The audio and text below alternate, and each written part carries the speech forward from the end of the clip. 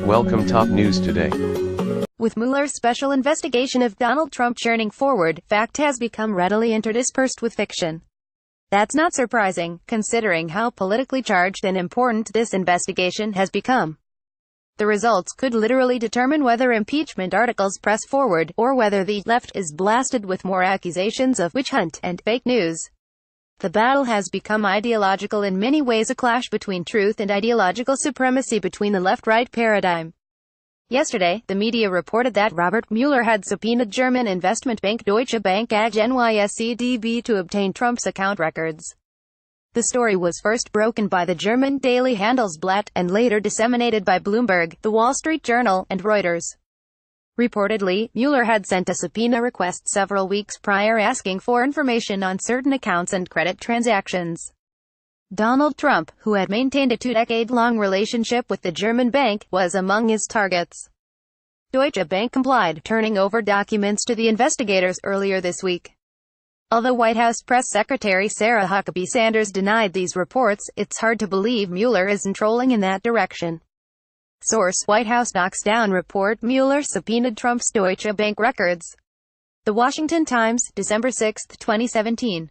The reason is obvious: by casting a wide net, Mueller just might find something dubious which implicates Trump. Perhaps a payment or account receivable from a controversial organization, or funds which may have purposefully or inadvertently avoided rightful taxation. How about an outlier transaction not easily explained? Many people believe Mueller is trolling for something. Given the highly political nature of the investigation, this is hardly surprising. As of yet, no special counsel has been set up to investigate Hillary Clinton's email servers, or James Comey's FBI leaks, or the Clinton Lynch tarmac incident. How about Hillary's Uranium One back dealing or influence peddling through the Clinton Foundation? Rightfully, many people are asking why these infractions aren't also being investigated. Regardless of motives or reasoning, Trump's Deutsche Bank dealings may give him the most headaches. Assuming the reports are true, of course. Why some analysts sense impending danger, as Breitbart rightfully notes. Even if Huckabee Sanders is telling the truth and a subpoena hasn't been issued, Trump's legal team is likely on high alert over what might turn up.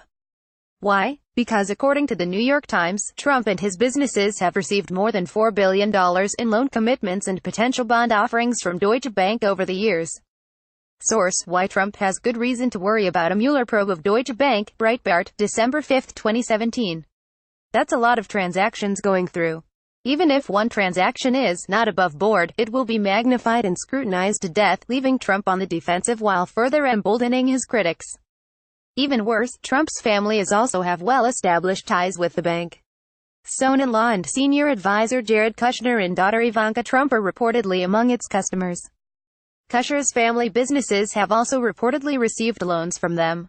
The last thing Trump needs is another black swan, similar to what happened in October when Maryland's Attorney General announced it was investigating Kushner's business practices relating to his rental properties.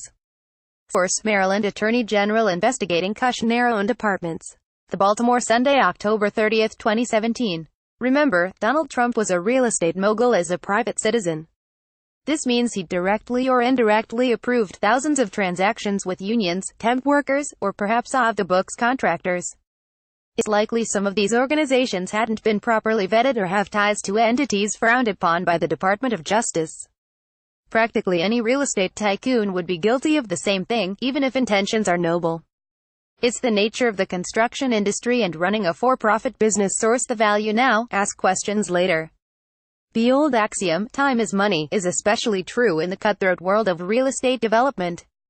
We haven't even scratched the surface of potential nebulous financings and debt offerings brokered with Deutsche Bank. In recent times, the bank has come under fire for being an instrumental player in the London interbank offered rate scandal and violating sanctions by conducting business with Iran. Who knows what Mueller may unearth this time, and under what context. Our verdict in the end: while Russiagate garners most of the headlines, Trump's exposure to Deutsche Bank may present his biggest challenge. It's unlikely any large real estate mogul has a clean shirt dealing with suppliers, workers, and regulators in an industry known for his certain inherent shadiness. Mueller likely knows this, and has embarked on the biggest fishing expedition since Nixon. All we know for sure is that Trump's legal team are the biggest winners.